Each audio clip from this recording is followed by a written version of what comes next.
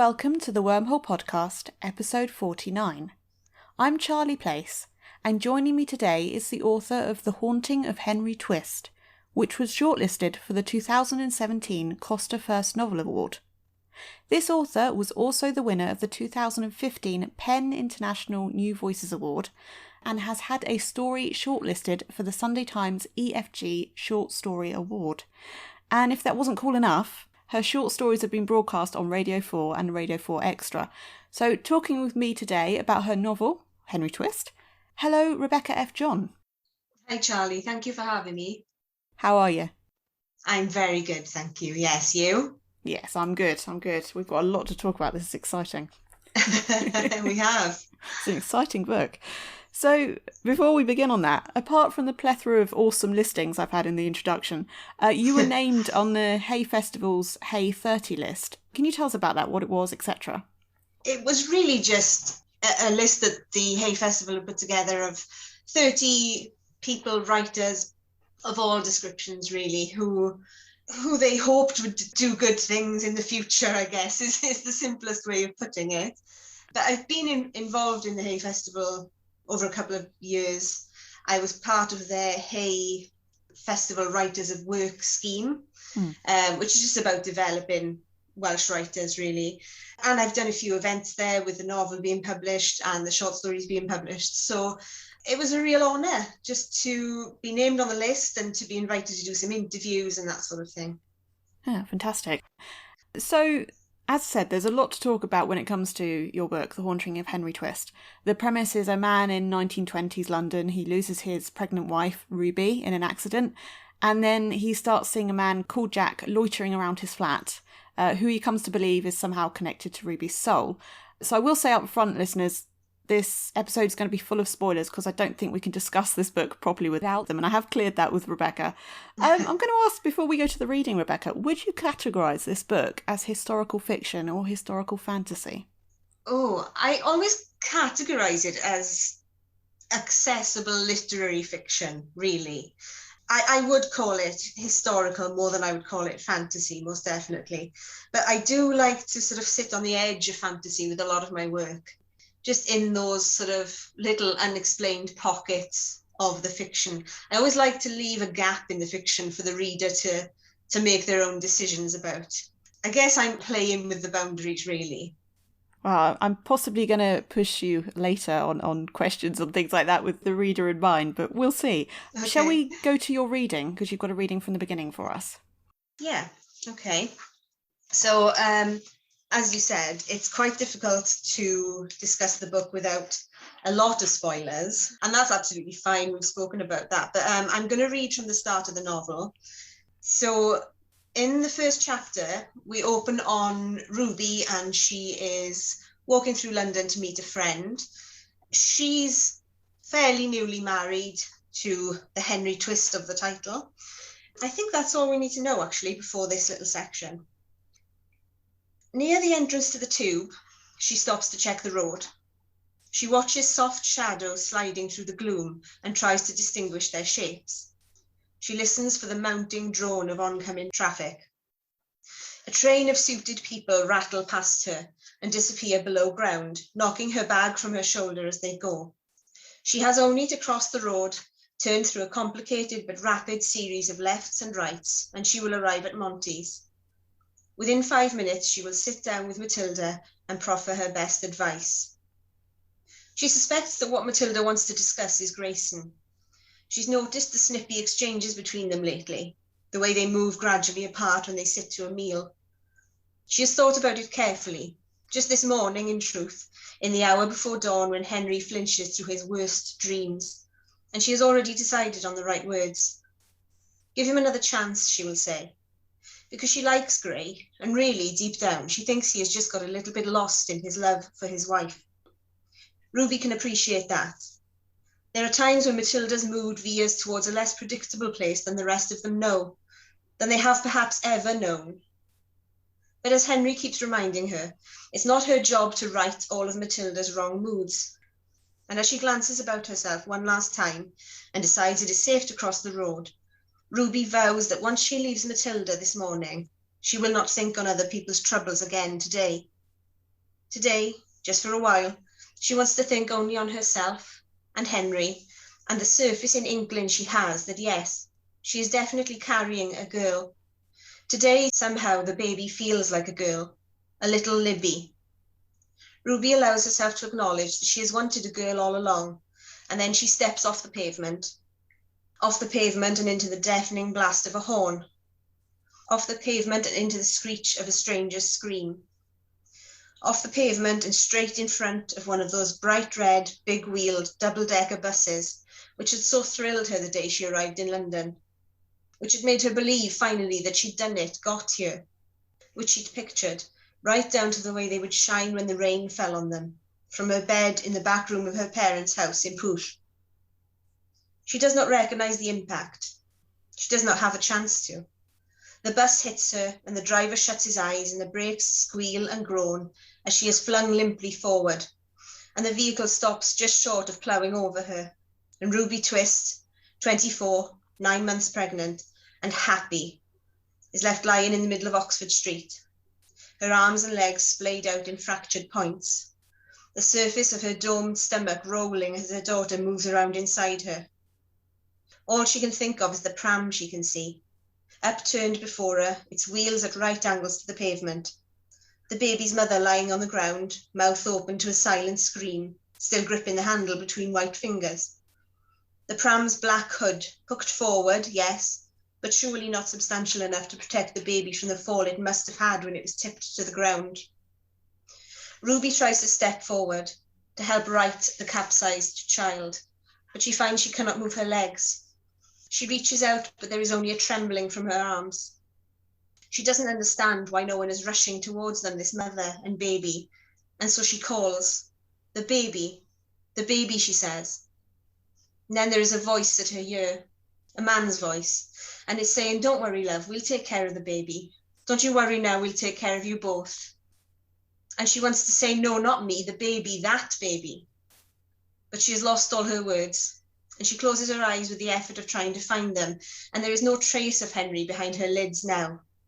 There is nothing there but the black square of an upturned pram against the white glare of the morning, and the heart-stopping possibility that the baby is hurt. That heart-stopping possibility. So Ruby haunts this novel throughout, and I mean, I'm thinking Rebecca by Daphne du Maurier here. You've got that kind of touch there of the person who isn't there is constantly there, but of course you formally introduce us to Ruby herself, and the book begins with her last day. Why did you include Ruby in this way? I think for me, I wanted to write a character who isn't easily forgotten through the course of the narrative. I think oftentimes, and Rebecca's not an example of this, actually, quite the opposite, but oftentimes in fiction, a character dies and everybody moves on quite quickly, it seems to me oftentimes. And I wanted to write about grief. I wanted to write about Henry's grief. So I wanted this character to be really present throughout.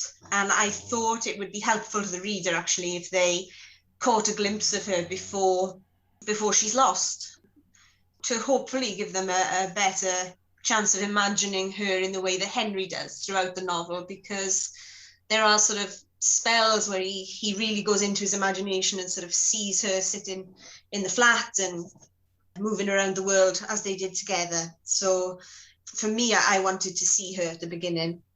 Mm-hmm. So Ruby then is as fundamental to Henry's kind of larger life, as it were, as he believes she is. Absolutely. There's this element of sort of backstory which isn't included really in the course of the novel, but was included in my thoughts about the characters, that they've both been fairly lost, Henry and Ruby, until they have found each other. And they're kind of an odd match in many ways, but they fit together, you know, and they have this whole life which precedes the novel together.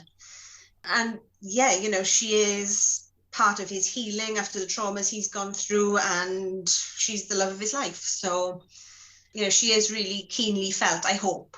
No, I loved her. And yes, having the first chapter and then seeing it later, it does work. You know who she is when Henry is thinking about her. Mm.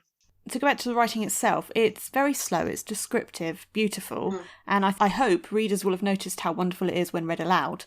Is there a connection between the pacing and what Henry is going through, and, as you say, what the novel is about, grief and loss, that sort of thing? Yeah, I think there is. It's a fairly long novel, I suppose. It's a little bit over 100,000 words in length. But it was a story which I actually dreamt almost in its entirety. And I woke up the next morning having had this really vivid dream about Henry and Jack and an awful lot of the story, really. And I sat down to write it, and I wrote it fairly quickly. It was the only spell of my life when I've been out of work, actually. So I was able to just sit down and write. And it came out fairly whole. It didn't go through a heavy edit or anything like that. The shape of it is as it came out, really. And I think that has something to do with the pacing, in that, yes, I wanted to talk about Henry's grief and the griefs of the other characters as well, actually. And that needed to be contemplative. And also, I quite enjoy a quiet story. It was a joy for me to write it that way. I don't think there's huge drama there, in terms of plot, but there is huge drama there in terms of human emotion, I think. So, yeah, there's a definite mirror there.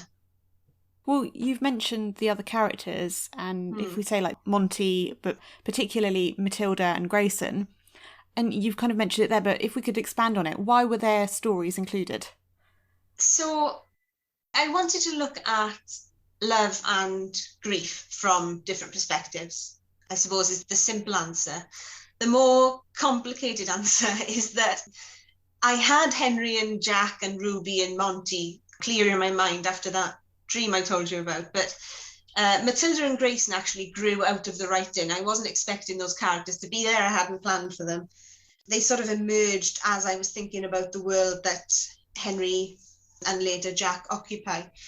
For me, it was just the idea of looking from these different perspectives. Henry's narrative, Henry's mental state, it's all very insular, really, and he needed, the narrative needed different perspectives. It would have been weighed down otherwise by Henry's grief, and that was something I didn't want, that weight, because the ghost of Ruby, if you like, is very vibrant. She's light and she's fun and she's the opposite to Henry in many ways. So since he's the one living, he needed somebody else. He needed people around him to draw him out of his own mind.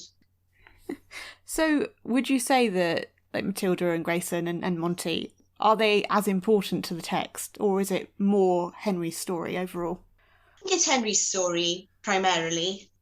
The other characters did become increasingly important to me, especially Matilda, because she's awful in many ways. She's really awful.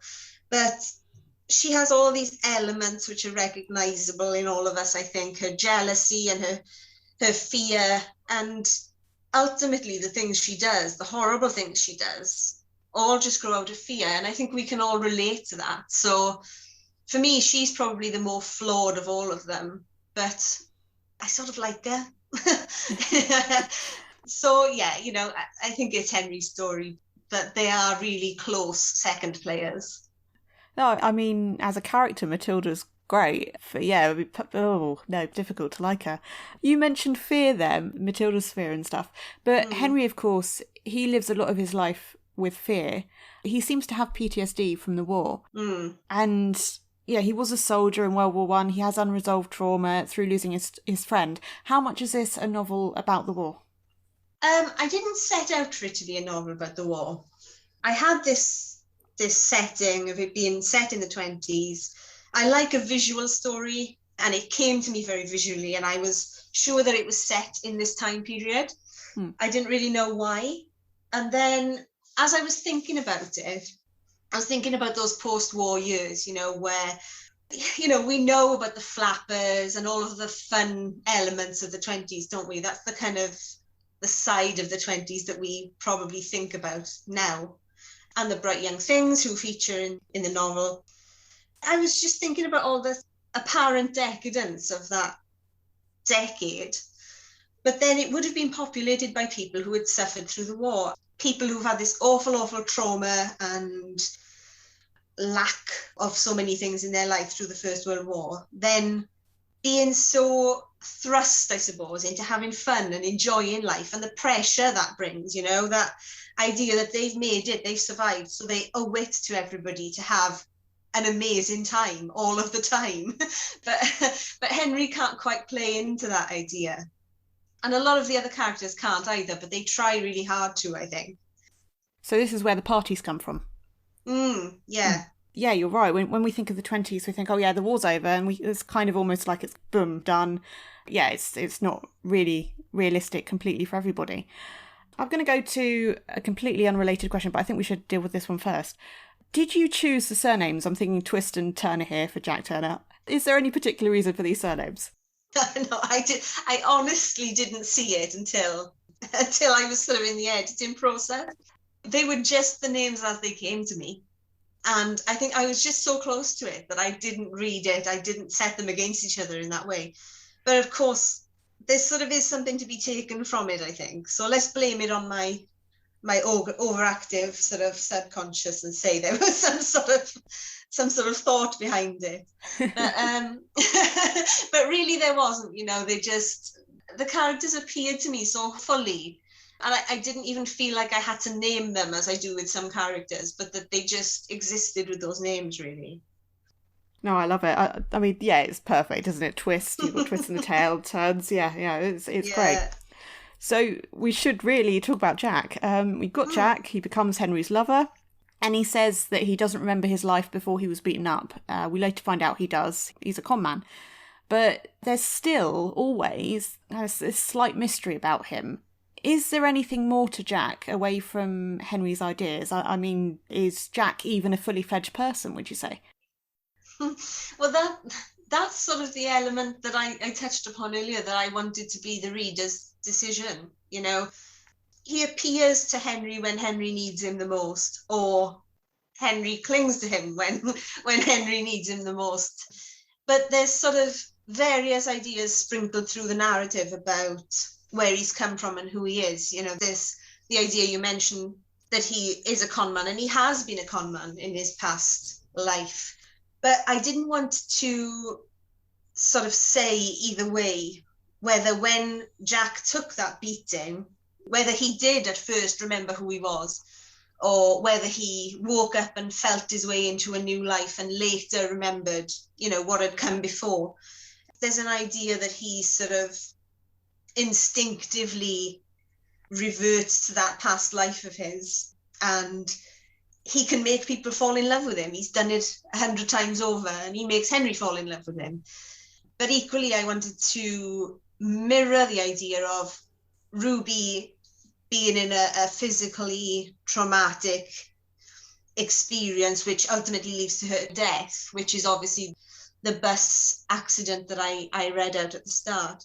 And the idea that Jack has been through a physical trauma, which has taken him close to death as well in the beating that he has, which to my mind allowed Henry to think, okay, they've both undergone this trauma at a similar time, so therefore her soul could have made its way into Jack.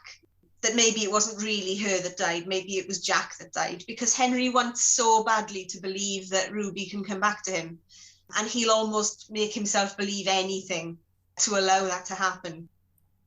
Well, no, I mean, it did a number on me. I think I got so into Henry's idea, and especially when you do have, the thing about Jack experiencing things that are quite close to what Ruby had experienced. And then he's a con man, and I was struggling thinking, well, you know what, it sounds realistic that he might be a con man, okay, but I was having trouble believing that myself. But I know lots of authors say that, reader interpretation is very important, and what the readers think is just as important as writers. So I asked this question fully saying that, and that whatever you say may or may not be true, Rebecca, basically. Who is Jack to you as far as you're concerned? Jack to me isn't Ruby, but neither is he the con man of his past. To me, Jack is a man who's come around from this beating, which has taken him close to death, and he hasn't remembered who he is initially, and he's just fallen in love.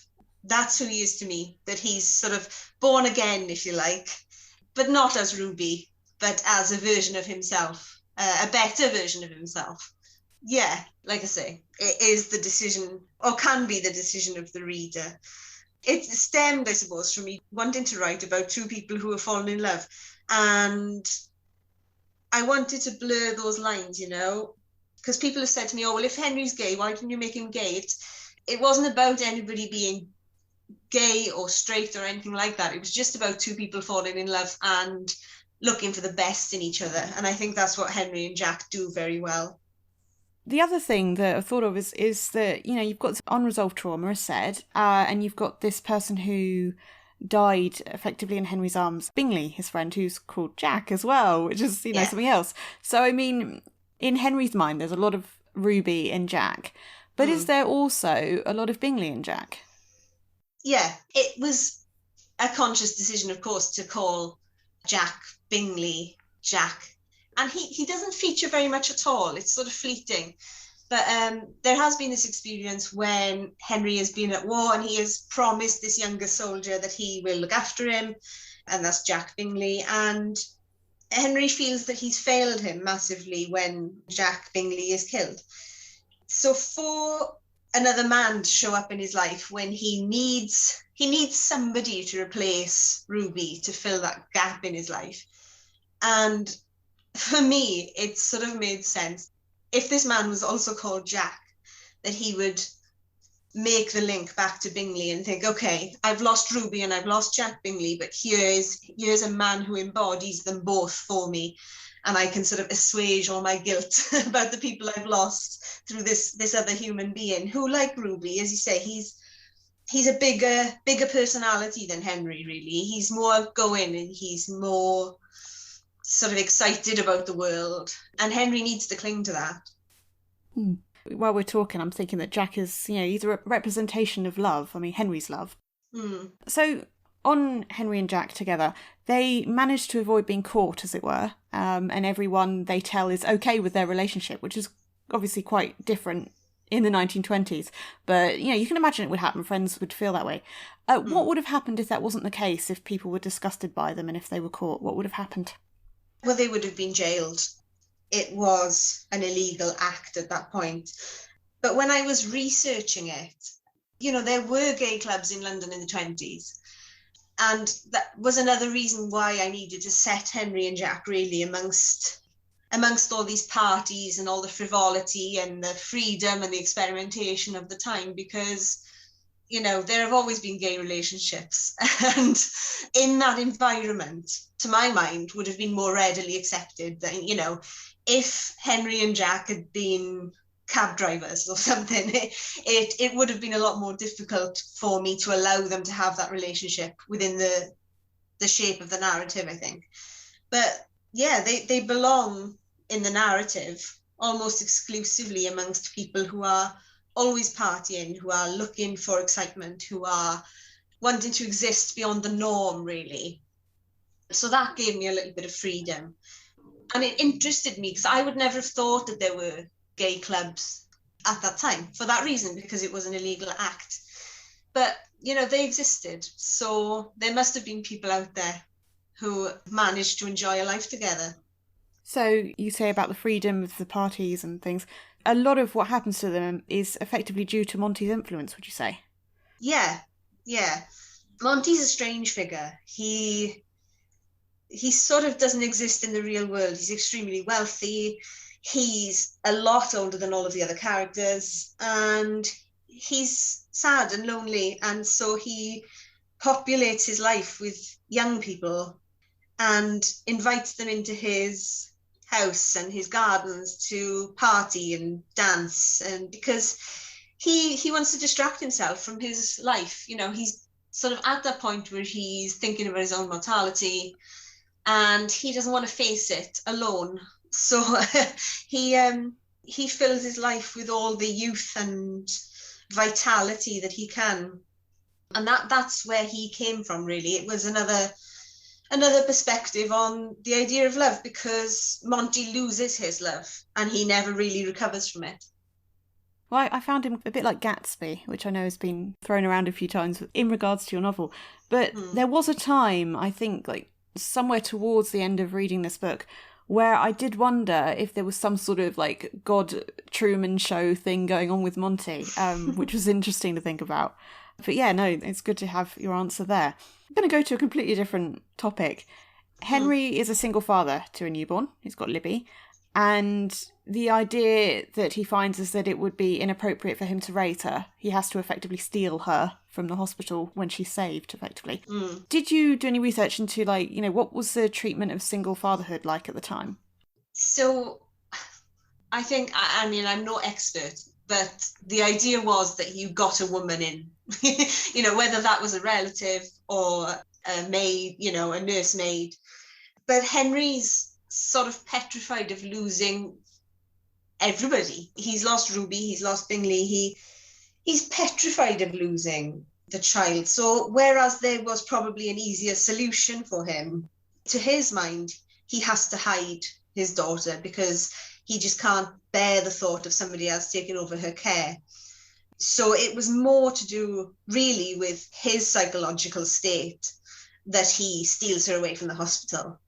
You know, I'm sure he could have been a father as long as he had female, or as long as society imagined he had female help. He wouldn't have needed a nursemaid to feed her. There was baby formula available, which unbelievably, they had the same baby formulas that we're familiar with now in terms of brands, which was really surprising to me when I was reading about it. But, you know, he could have fed her, he could have done all those things, but society would have wanted him to have a woman there to help, and he just couldn't share his daughter, I think, was the main thrust of it. You say about the baby formula, that's something that struck me as well. I was like, oh, I know the name of that. All that time ago, yeah. I know, it's surprising, isn't it? And when I was researching the era, it was those little details for me that I wanted to look at. Because Henry's story for me was about, you know, those bigger themes that we've talked about, rather than that era in particular.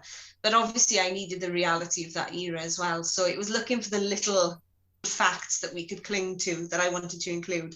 And the formula was one of those things, most definitely. That's something that I wondered. I mean, this book is very well set in its time, and I wondered how it would be if Henry was having these thoughts in another time. If these events had happened, how different it would be. It would be completely different. Yeah. So if we go to the end then, effectively, we're spoiling everything, let's carry on. Even by the end, you've got Henry is still looking for the way in which Ruby is connected to Jack. And as I said, you know, to a lesser extent, it's kind of like Bingley's got some connection to Jack. But it's this that kind of keeps him in his bubble away from the truth. And he's deceiving himself. Did you ever consider him becoming comfortable with himself as a bisexual person, I suppose we'd say he was? Yeah, I did. And yet it seemed too easy of an ending for him. I mean, he's really quite a tortured man in many ways. He's had horrible upbringing. He's had a horrible time in the war. He's lost his wife. He's turned to a man because, you know, as much as he needs to replace Ruby, he doesn't feel he can replace her with another woman. He can't bring himself to do that. I considered giving him the happy ending, really. And in some ways, he has a happy ending. You know, he still has Jack, and Jack's devoted to him, and he still has his daughter. But it would have felt just too neat for him to come full circle and completely accept himself, I think. So there is that element at the end of, yes, he has Jack, and yes, they have a life together, but he's still trying to prove himself right, if you like. He's still trying to prove that Ruby came back to him. And that felt like the most fitting ending for a character like Henry. Well, I was waiting for the answer. I knew you were getting towards giving us an answer when Elizabeth comes back, Libby, as an adult. And then you read about the study. And I just couldn't help but feel sorry for Jack. All that work he's done, we don't know if he's necessarily published it or what he's done with it, but just so much information that he's created and looked into. So I think, yeah, it's fair to say that Jack loves him. Does Henry love Jack, would you say, for himself? I think he does. I like to think he does, anyway, because Jack is so devoted to Henry, and whatever came before that point where they met, he never wants anything of Henry except for his love. And I think Henry loves Jack in the best way that he can, put it that way, in the only way that he can, really. And I do think he loves him for himself.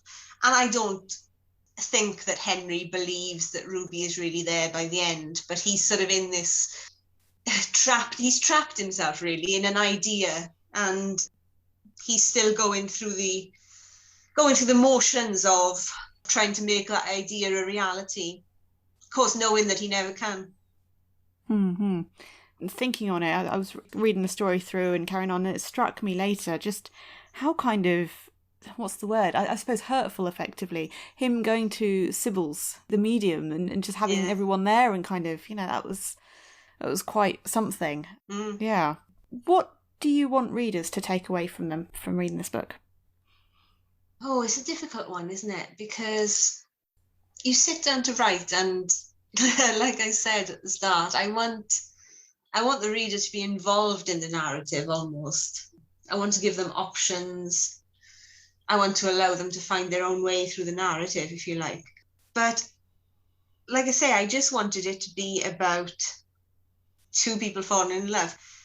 And it's as simple and as complicated as that, really. The whole idea of these two men falling in love is entirely complicated by the narrative, but they do it anyway. And it would be the easiest thing in the world for those two men to give up on each other and not stick together.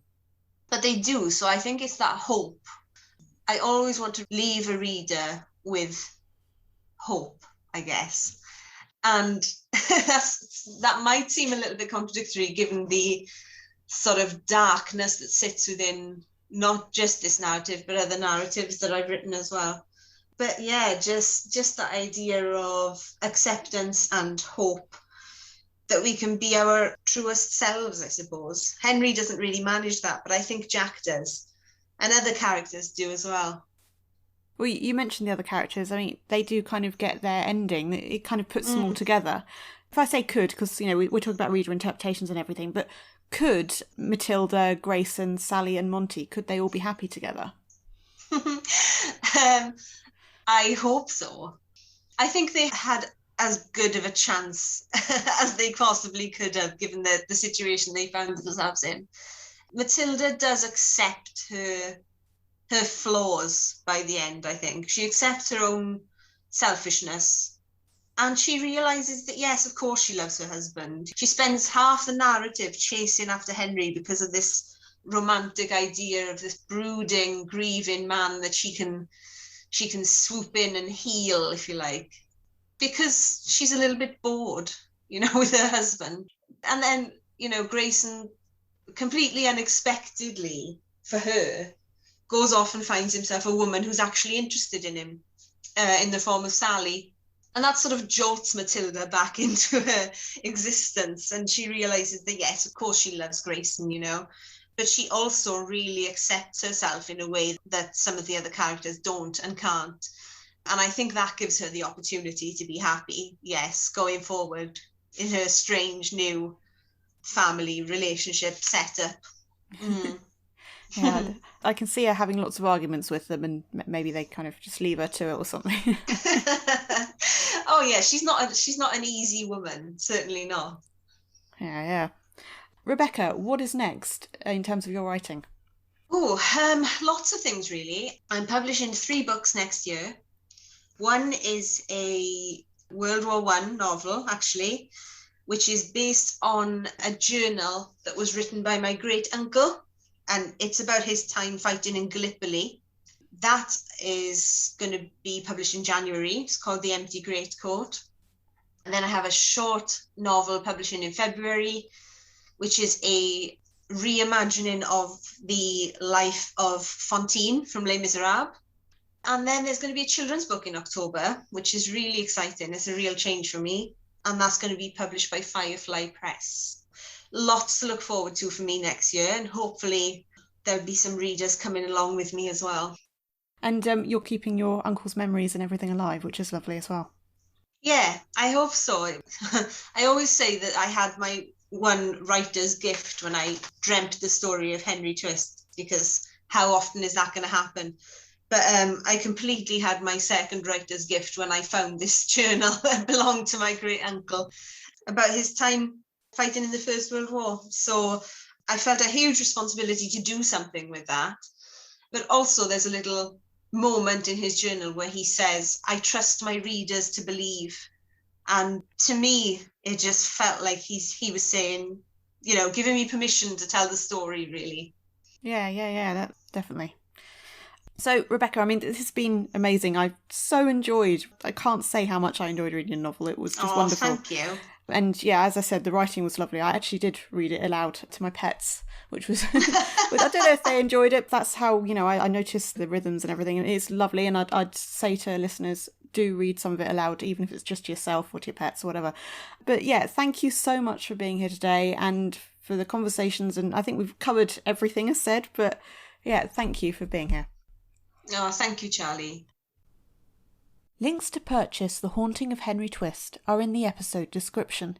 If you have enjoyed today's discussion, do subscribe or follow the podcast on your listening app of choice. It's totally free. The Wormhole Podcast, episode 49, was recorded on the 20th of October and published on the 8th of November 2021. Music and production by Charlie Place.